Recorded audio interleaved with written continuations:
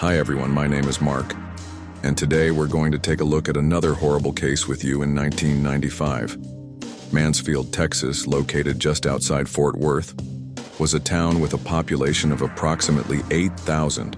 However, during this period, the city was facing growing problems similar to those plaguing nearby Fort Worth, including gang and drug-related crimes. One teenager growing up in Mansfield in 1995 was Adrianne Jessica Jones. Adrianne Jessica Jones was a remarkable young woman who left a mark on her community. At 16, she captivated the hearts of everyone around her with her beauty and exceptional qualities. Her dedication to her studies, strong work ethic, and passion for sports made her a role model for many. In 1995, Adrianne Jessica Jones was a 16-year-old junior at Mansfield High School. From the moment she set foot on campus, she instantly became a beloved figure. Her classmates and teachers admired her for her kindness, intelligence, and infectious spirit. Adrianne Jessica Jones thrived academically. She consistently excelled in the classroom, taking advanced honors courses that challenged her to excel despite her busy schedule. Adrianne dedicated at least 2 hours of study time each night to ensure her success. Her hard work paid off as she consistently achieved high grades after graduating from Mansfield High School. Adrianne had big plans to become a vet and help animals. In addition to excelling academically, Adrianne possessed impressive athletic abilities. She was a girls' soccer team member and demonstrated remarkable skill and dedication on the field. However, an unfortunate injury during a game forced her to withdraw from the team temporarily. Instead of losing her passion for sports, she joined the girls' cross-country team.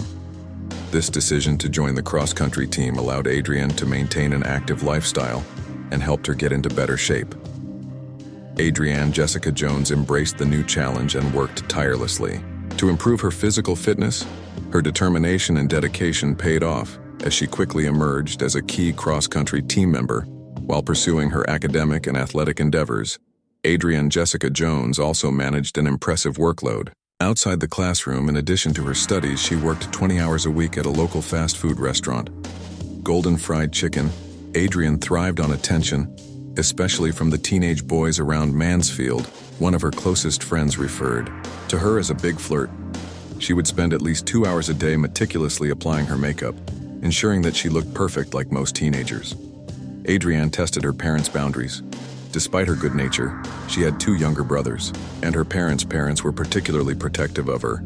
As Mansfield was undergoing changes and there was more crime in the area, her parents set a strict curfew for her on weekends a little past 900 p.m. to ensure her safety. If Adrianne informed her parents of her plans, such as visiting a theme park or watching a movie, she had to present them with a ticket stub as proof.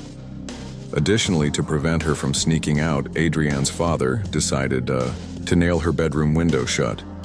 Although it was not a common occurrence, there were a few times when she left her house in the middle of the night to meet up with her friends. On Sunday, December 3rd, 1995, Adrianne received special permission from her parents to stay up late in order to have a telephone conversation with her boyfriend, Tracy Smith. Tracy was out of town with his parents for the weekend, but Adrianne was eager to talk to him. However, during the phone call, Adrianne's mother overheard her daughter tell Tracy that there was another call coming in. When Adrianne's mother asked her the caller's identity, Adrianne replied that it was David from her cross-country team. According to Adrianne, David seemed to be upset about something. The following morning, Adrianne's family woke up and got ready for work as usual. However, Adrianne's mother became concerned when she heard Adrianne's alarm going off in her bedroom. Worried about why Adrianne didn't shut off her alarm, her mom went to check on her. However, when Adrianne's mom entered the bedroom, Adrianne was nowhere to be found, and her bed was still made. It didn't look like anyone had slept in it the night before. Adrianne's mother tried to remain calm. When she realized that her 16-year-old daughter had gone missing initially, she entertained the possibility that Adrianne had embarked on a morning run. But this notion was quickly discarded upon finding her daughter's running shoes lying on the floor in the bedroom. In the past, Adrianne had occasionally sneaked out of the house in the middle of the night to meet up with friends. However, Adrianne had never stayed out all night before, causing her mother concern. Her parents contacted the police, worried about their daughter, not knowing that miles away a man had made a gruesome discovery on his farm at approximately $700 a.m. on Seton Road in Grand Prairie, Texas, about 10 miles from Mansfield. A man stumbled upon a distressing discovery while walking to his mailbox. He noticed that the gate to his property had been knocked down. Intrigued, the man ventured onto the farm, where an unexpected sight awaited him. Initially, the man mistook the lump on the ground for roadkill. However, as he approached closer, he realized that he was looking at something far more sinister. The lifeless body of a deceased teenage girl lay before him. After discovering the deceased body on the farmland, the man promptly called the police. When the police arrived at the scene, they noticed a chilling sight. The teenager had been shot twice with gunshot wounds evident on her left cheek and her forehead clearly. This was an execution-style killing. Furthermore, the police officers observed that the teenager had sustained severe injuries to the head. In addition to gunshot wounds and head injuries, the police officers noticed that the teenager was covered in scrapes and bruises all over her arms and legs. These injuries were the result of her running through the barbed wire gate at the front of the farm. She had put up a desperate fight for her life. Even more disturbingly, the teenager was dressed in night clothes. It was as if she had intended to bed, but her life took a tragic turn. The officers wondered if there was any connection to gang violence or drugs, considering the execution-style nature of the killing. After the discovery on the farm of the murdered teenager's body, the Grand Prairie Police took immediate action and sent out a teletype to all Area A agencies. This teletype contained the basic description of the young girl's body, including her approximate age range, height and weight, and other physical descriptions. The intent was to share this information and raise awareness, hoping another agency might have a missing person matching the victim in Grand Prairie. It was only a matter of time before the Mansfield Police contacted the Grand Prairie officers through their investigation. The Mansfield Police were able to identify the murdered teenager as Adrianne Jones. Once the police identified the deceased teenager in Grand Prairie as Adrianne, the next step was to notify her worried parents about the tragic turn of events. When the police told Adrianne's mother her daughter had been killed, she fell apart because Mansfield was a small town. It wasn't long before the news of Adrianne's murder reached her classmates and friends at Mansfield High School. As news of Adrianne's death spread throughout the halls, classes were stopped, and Adrianne peers cried with one another. The people of Mansfield were on edge. After the discovery of the murdered body of Adrianne Jones in a field, theories were swirling about what might have led to her tragic death. One prevalent idea was that she was somehow involved in drugs. Others wondered if there was possibly a serial killer lurking in their midst. Adrianne's parents reported to the police the last time they had seen their daughter.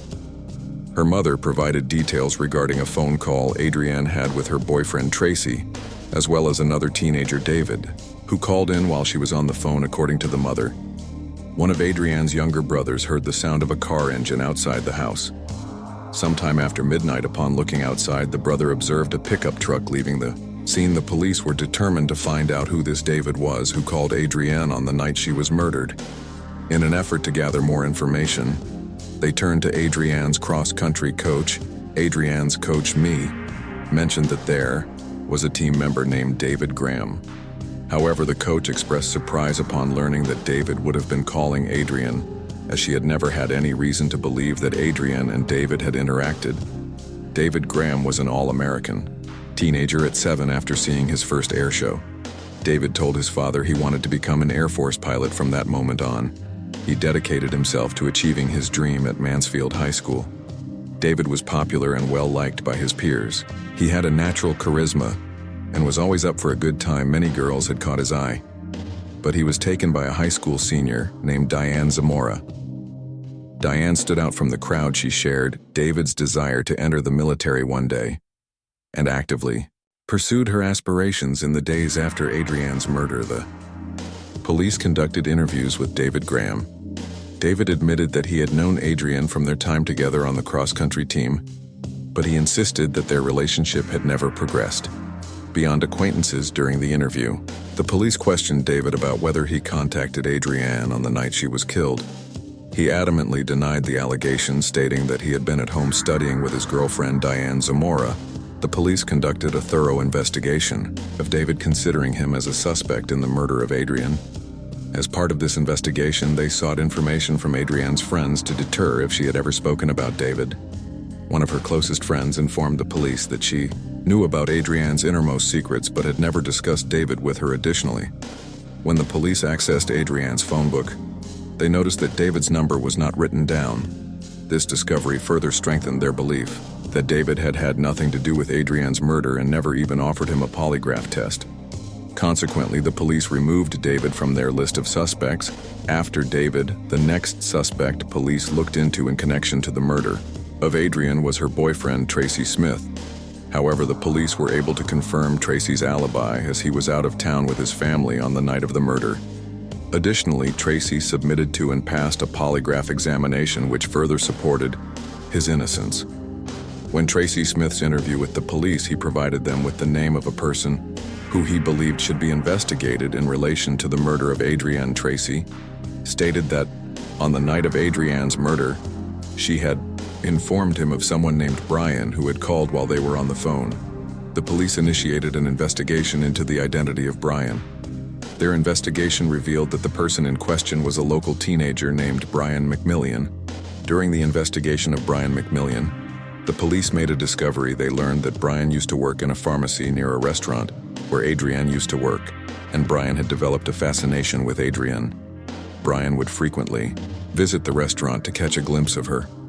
However, Adrianne grew tired of his constant presence and resorted to hiding in the back whenever she saw him coming.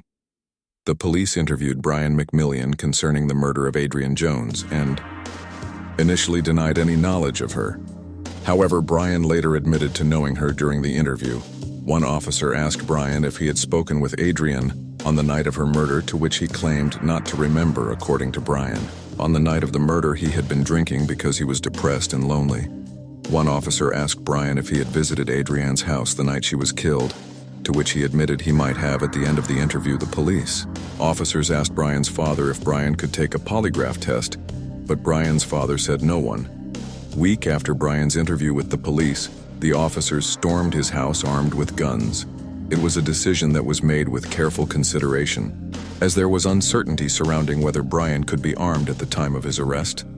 The police had reason to believe that Brian might have a weapon, and they wanted to take all necessary precautions to ensure their safety as well as that of everyone involved. After Brian was arrested for the murder of Adrianne, many individuals came forward to express their support on his behalf. His friends described him as gentle and nonviolent. Additionally, Brian's father confirmed that he was at home the entire night that Adrianne was killed and never left the house. Brian spent 3 weeks in jail, including missing Christmas and New Year's, awaiting further investigation and legal proceedings. During this time, the district attorney's office arranged for Brian to take a polygraph test, which he passed with flying colors. With this outcome, the district attorney's office was left with little other evidence to connect Brian to Adrianne's murder and released him from custody. 9 months into the investigation into Adrianne's murder, the police in Mansfield, Texas finally got the break they needed, and it came from Annapolis, Maryland, where Diane Zamora was attending the Naval Academy. According to the officers from the Naval Academy, Diane Zamora had confessed to some of her fellow cadets that back home in Mansfield, Texas, she and her boyfriend David Graham had murdered a girl named Adrianne Jones. The police officers from Mansfield went to Annapolis, Maryland, to interview Diane. Right away during the interview, Diane denied making any such admission. However, the Naval Academy decided to suspend her and send her home as the matter was looked into, because the police couldn't get any information out of Diane. They traveled to Colorado Springs, Colorado, to question David Graham at the Air Force Academy. When the police interviewed David, he said he didn't know why Diane would make up a story about killing Adrianne Jones. However, as the interview progressed, David started to crack and asked to write a statement. In 4.5-page confession letter, David laid out all the details about how he and his girlfriend Diane planned to murder Adrianne Jones. In the letter written by David, he described a cross-country event where he decided to offer to drive Adrianne home in November 1995. During the ride, they parked in an elementary school parking lot and had intercourse. David admits that he felt a deep sense of guilt after this encounter. The reason for his guilt was simple. He loved his girlfriend Diane so much and knew that his actions would cause her immense pain. One evening, as David was helping Diane study for her SATs, an argument erupted between them. Unable to contain the guilt any longer, David decided to confess his infidelity. Breaking down in tears, he sat on the couch and told Diane that he had not remained faithful to her. He then went on to describe how he had hooked up with Adrianne after David confessed to Diane that he had been unfaithful to her. With Adrianne, Diane was inconsolable. The betrayal shattered her heart, leaving her feeling deeply hurt and enraged. Diane's anger boiled over, and she lashed out, arguing with David and screaming at him. She wished he were dead, and she felt intense hatred towards Adrianne. Diane's emotions were overwhelming, and she struggled to make sense of what had happened. David admitted he told Diane he would do whatever she wanted to save their relationship. He said that he and Diane came to the conclusion there was only one way to make their love right again: murder Adrianne Jones. David wrote in his confession letter that on December 3rd he called Adrianne Jones and asked her to sneak out of her house late at night to talk. He requested Adrianne to keep the meeting confidential, and between the two of them, initially David stated that he intended to get Adrianne alone, break her neck, and then dispose of her body by dumping it into a lake at 2:30 a.m. David picked up Adrianne in his car. Diane, who was hiding in the hatchback, accompanied them once David reached a secluded spot. 10 miles out of town, he turned off the highway onto Satan Road. David stopped on the side of the road, and Adrianne made a subtle adjustment to her seat, creating the impression that she and David were about to engage in an intimate moment. However, David had secretly summoned Diane from the trunk. Diane emerged from the rear of the vehicle and made her way around to the front of the car. As she approached, she confronted Adrianne, seated in the passenger seat. After Diane confronted Adrianne, Diane hit her in the head with a weight from David's gym set. Despite being grievously wounded, Adrianne did not die. Somehow, Adrianne managed to crawl out David's car window and escape. David and Diane panicked, so David grabbed his Makarov 9mm weapon and ran after Adrianne. Adrianne was very hurt, and because of her head wound, didn't make it far and collapsed in a field nearby when David caught up to her.